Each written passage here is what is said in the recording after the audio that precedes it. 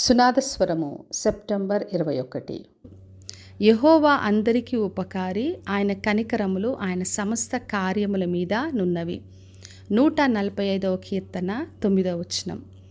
దేవుడు అందరికీ ఉపకారిగా ఉన్నాడు. ఆయన అందరికీ సహాయం చేస్తాడు.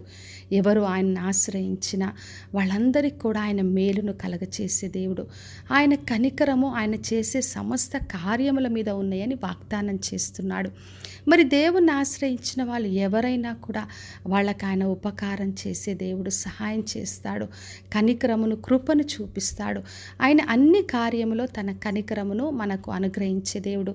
అందుకే పరిశుద్ధ గ్రంథంలో మనం చదివినప్పుడు దేవుని ఆశ్రయించిన వాళ్ళు ఎవరైనా, వాళ్ళకున్న అవసరత ఏదైనా దేవుడు సహాయం చేశాడు.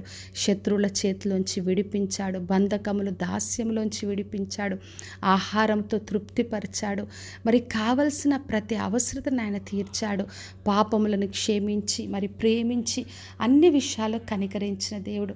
అందుకే మనం దేవుణ్ణి ఆశ్రయించినప్పుడు ప్రతి విషయంలో మనం మేలు పొందుకుంటాం. మరి ప్రతి విషయం ఆయన మనకు సహాయం చేసే దేవుడు. యేసుక్రీస్తు దగ్గరికి ఎందరో వచ్చారు. పాపంలో ఉన్నవారు, రోగులు అందరినీ ఆయన స్వస్థపరిచాడు. ఆకలిని తీర్చాడు. వాళ్ళ పాపములను క్షమించాడు. మరి దయ్యములు పట్టిన వాళ్ళు, కుష్ఠరోగులు ఎంతోమంది ఆయన దగ్గరకు వచ్చి విడుదలను, స్వస్థను పొందుకున్నారు. చనిపోయిన వారిని తిరిగి లేపిన ప్రభు. అందుకే ఆయన దగ్గరకు వచ్చిన ప్రతి ఒక్కరిని కూడా ఆయన త్రోసివేయకుండా అందరికీ తన మేలును, తన కనికరము, కృపను ఆయన చూపించాడు. అందుకే మత్తయి సువార్త 5వ అధ్యాయం 45వ వచనం రాయబడి ఉంది. ఆయన చెడ్డవారి మీదను మంచివారి మీదను తన సూర్యుని ఉదయింపచేసి నీతిమంతుల మీదను అనీతిమంతుల మీదను వర్షమును కురిపించును అని. మరి దేవుడు అందరినీ ఒకే విధంగా చూస్తాడు. ఆయనకి ఎటువంటి భేదం లేదు.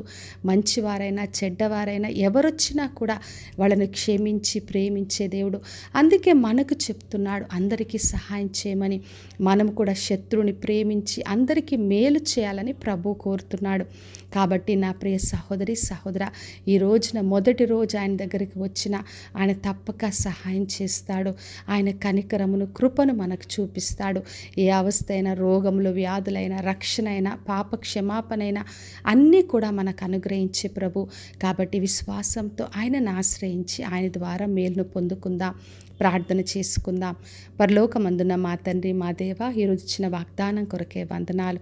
ప్రభువా, మీరు అందరికీ ఉపకారయుండి ప్రతి ఒక్కరిని తండ్రి దేవా మీ కృపతో నింపి ప్రతి ఒక్కరికి సహాయం దయచేసి దీవించమని యేసు నామములో అడిగి వేడుకొంచున్నాను తండ్రి. ఆమెన్. ఈ శుభవచనము వినుచున్న ప్రతి ఒక్కరి జీవితంలో నెరవేర్చబడునుగాక. నేను మీ ప్రియ సహోదరి మంజులాచరణ్.